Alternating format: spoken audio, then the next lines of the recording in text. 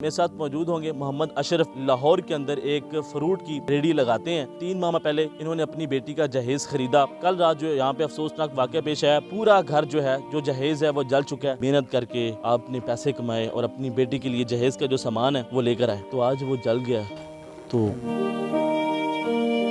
बड़े मुश्किलों नाल मैं कार करके मेहनत में बुढ़ा हो गया। इस गांव के जो आपके पड़ोसी थे उन्होंने आपकी मदद की? बड़ी मदद बड़ी की पर वो अग बुझी नहीं। कितना जो है अफसरदा है आज आप। हिम्मत खत्म हो गया। गल्लां ते डोरी सुटी, रब दा लख लख शुक्र करने आ साडे बच्चें दी जानां बचियां दी। 8-10 साल ही हो गए ने, थोड़ा करके इकट्ठे कर 8 साल से ये कर। हाँ जी जी अस्सलाम वालेकुम नाज़रीन, मैं हूं आपका मेज़बान अनस गोंदल। आप देख रहे हैं वाइट न्यूज़। नाज़रीन, इस वक्त मैं मौजूद हूं पत्तों की के अंदर। यहाँ पे एक अफसोसनाक वाक़या पेश आया, जिसको देखने के बाद आपकी आंखों से आंसू आएंगे। जी नाज़रीन, मेरे साथ मौजूद होंगे मोहम्मद अशरफ, जो कि लाहौर के अंदर एक फ़्रूट की रेडी लगाते हैं। 5 इनकी बेटियाँ हैं, एक इनका बेटा है। आज से 3 माह पहले इन्होंने अपनी बेटी का जहेज़ ख़रीदा। बड़ी मेहनत करते हैं, मज़दूरी करते हैं। घर के हालात बड़े ख़राब थे, लेकिन एक ख्वाहिश होती है अपने बाप की कि वो अपनी बेटी को अच्छी तरह रुखसत कर दे।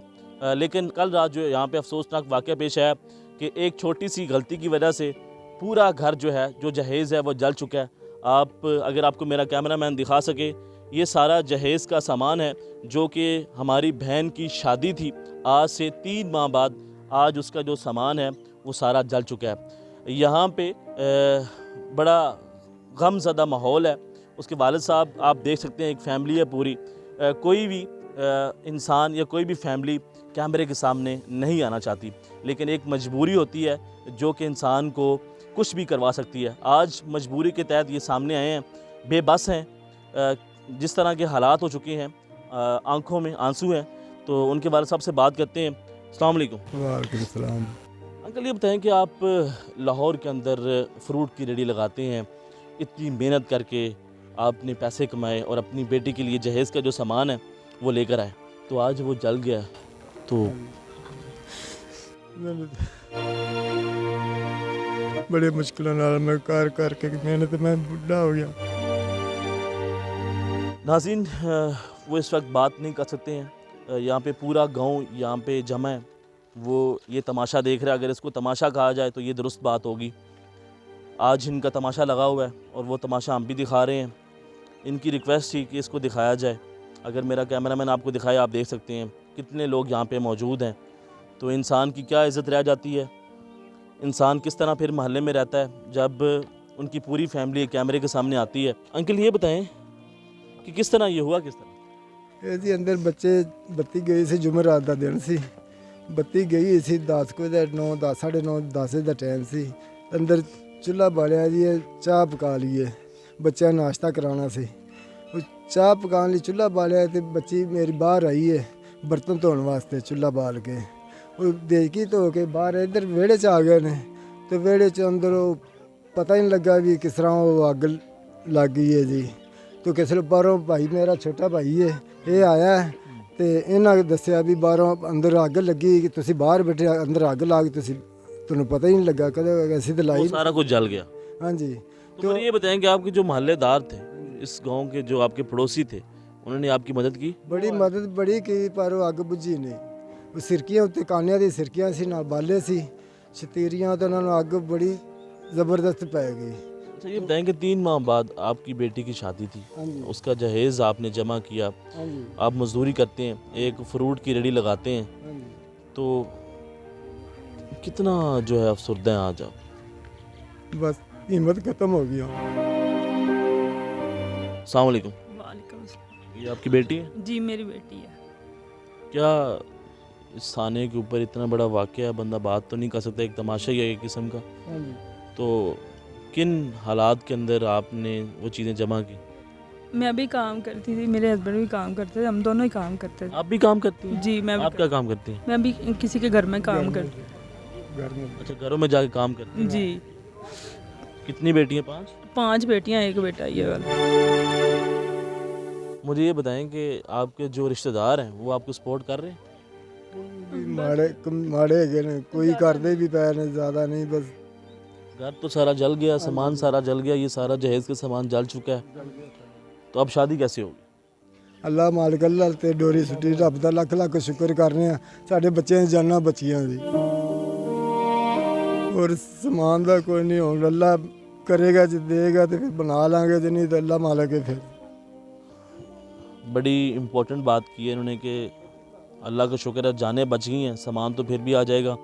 किसी के सामने लोग यहाँ पे ये अमूमन ये कहते हैं कि हमें सामान कोई दे देगा। अच्छा अंकल, ये बताएं कितनी मेहनत करनी पड़ी ये सामान ख़रीदने में, कितने जमा पूंजी आपने इकट्ठी की और कितने का ये सामान? कितने 8-10 साल ही हो गए ने, थोड़ा थोड़ा थोड़ा करके इकट्ठे कर। 8 साल से ये कर? हाँ जी,